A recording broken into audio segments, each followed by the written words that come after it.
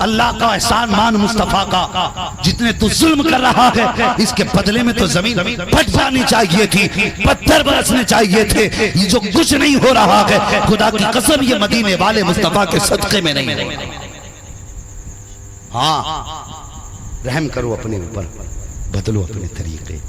او یار بھائیو گزارش ہے، باپ کے انتقال کے بعد اگر بیٹیاں گھر آئیں نا تو چہرہ بگاڑ کے ان سے ملاقات نہ کرنا۔ یہ محفلیں رکھتے ہیں نا ہم ایصال ثواب کی تاکہ ابا بھی راضی ہو جائے، خدا بھی راضی ہو جائے، جانتے ہو؟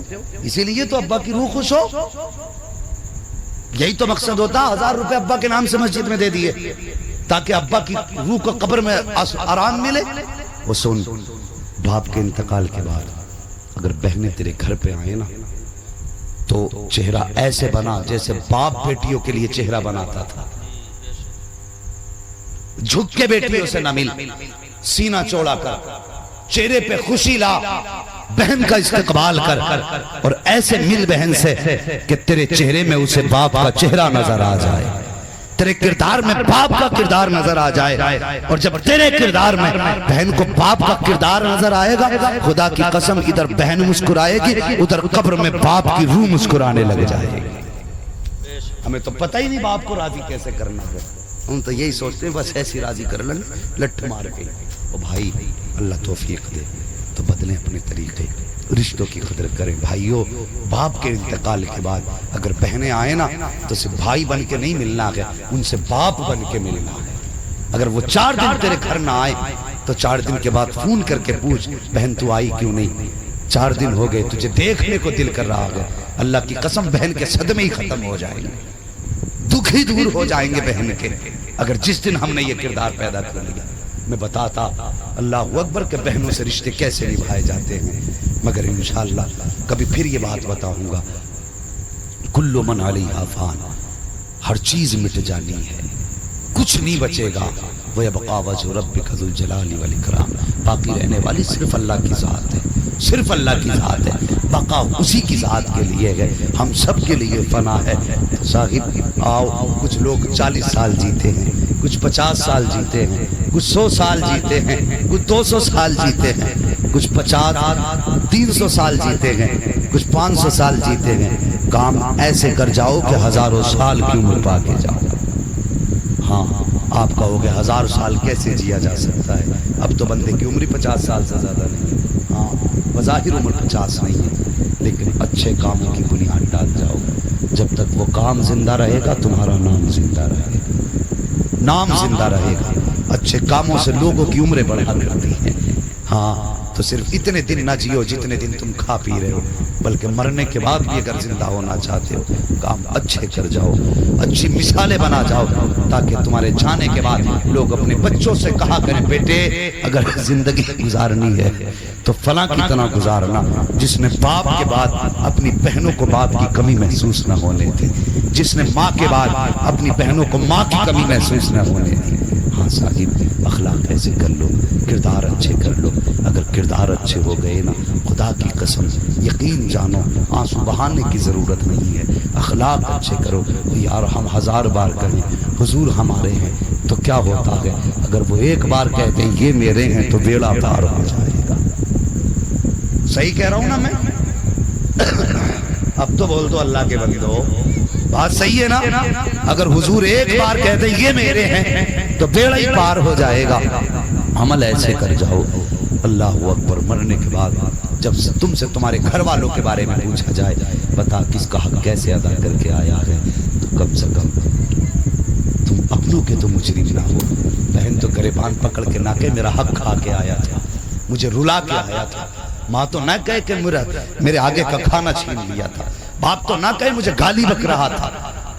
کم سے کم ایسے کام کر جاؤ کہ جب تم قیامت میں حساب ہونا تو اپنے کھڑے ہو کے کہہ دیں یا اللہ ہم اس سے راضی ہیں، یا اللہ ہم اس سے راضی ہیں، یا اللہ ہم اس سے راضی ہیں۔ جب تمہارے اپنے کہہ دیں گے ہم اس سے راضی ہیں، رب کا دریائے کرم جوش میں آئے گا، رب فرمائے گا جب تجھ سے تیرے اپنے راضی ہیں پریشان نہ ہو، تجھ سے تیرا خدا بھی راضی ہے۔